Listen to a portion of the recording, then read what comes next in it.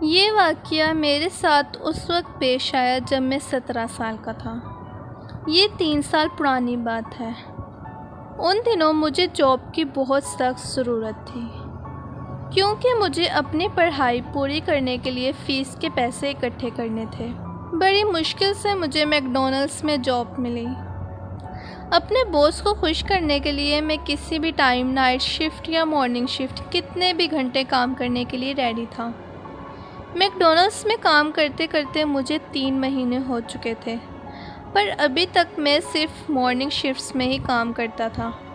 फिर एक दिन मेरे बॉस ने मुझसे कहा कि अब तुम्हें काफ़ी एक्सपीरियंस हो गया है, तो तुम नाइट शिफ्ट्स के लिए रेडी हो।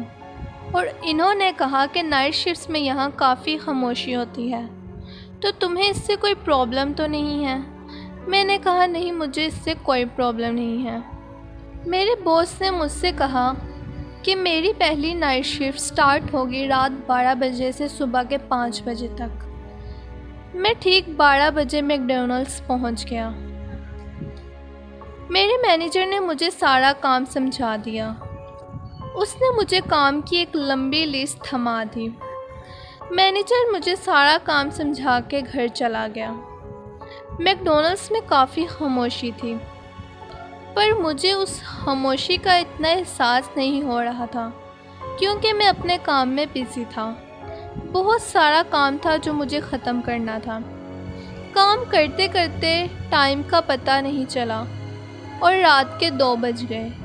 अजीब बात थी कि उस वक्त तक एक भी कस्टमर मैकडॉनल्ड्स में नहीं आया था, पर मुझे अपने काम था। मैं चाहता था कि जल्दी से सब काम ख़त्म कर लूं, क्योंकि मुझे अगले दिन मैनेजर को रिपोर्ट देनी थी।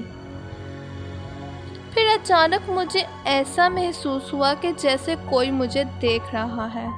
एक अजीब सा एहसास था, पर मैंने उस पर ज़्यादा ध्यान नहीं दिया और सोचा कि अभी रात में इस तरह जाग के काम करने का मुझे एक्सपीरियंस नहीं है, इसलिए मेरे जहन में ऐसे अजीबोगरीब ख्यालात आ रहे हैं।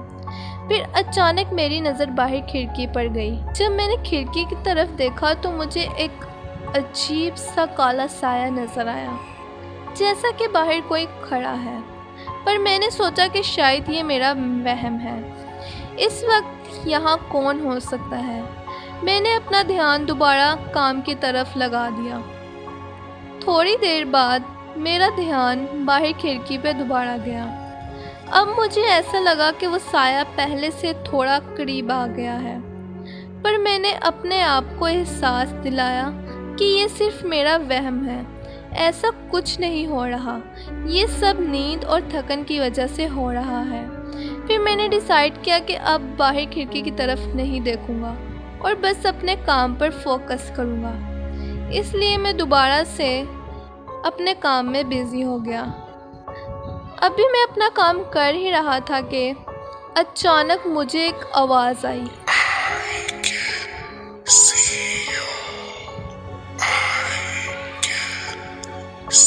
एकदम से मैंने खिड़की की तरफ देखा तो ये देखकर मेरे होश उड़ गए कि अजीब सी चीज़ जिसकी आंखें एकदम लाल थी मेरी तरफ घूर रही थी।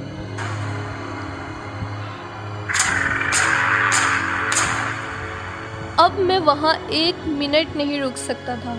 मैंने फ़ौरन दरवाज़े पे क्लोज्ड का साइन लगाया, अपनी गाड़ी में बैठा और गाड़ी एकदम तेज़ चलाना शुरू कर दी। मैंने मैनेजर को फ़ोन लगा के तबीयत ख़राब होने की वजह से मैं जल्दी घर जा रहा हूँ। मेरे मैनेजर ने कहा कि ठीक है, मैं घर जा सकता हूँ। मैं अपने मैनेजर को ये बताना नहीं चाहता था कि उस रात मेरे साथ क्या हुआ, क्योंकि मुझे नहीं लगता था कि वो मेरी बात का यकीन करेंगे। किसी भी तरह मैं गाड़ी चला के घर पहुंचा। घर पहुंचते ही मुझे सुकून और सिक्योरिटी का एहसास हुआ। उस वक्त मैंने डिसाइड कर लिया था कि आज के बाद मैं मैकडॉनल्ड्स में नाइट शिफ्ट कभी नहीं करूंगा, चाहे मुझे दूसरी जॉब भी क्यों ना ढूंढनी पड़े। I hope you enjoyed this story. Don't forget to like and subscribe to my channel if you have not already. I'll see you again with another story. Until then, goodbye.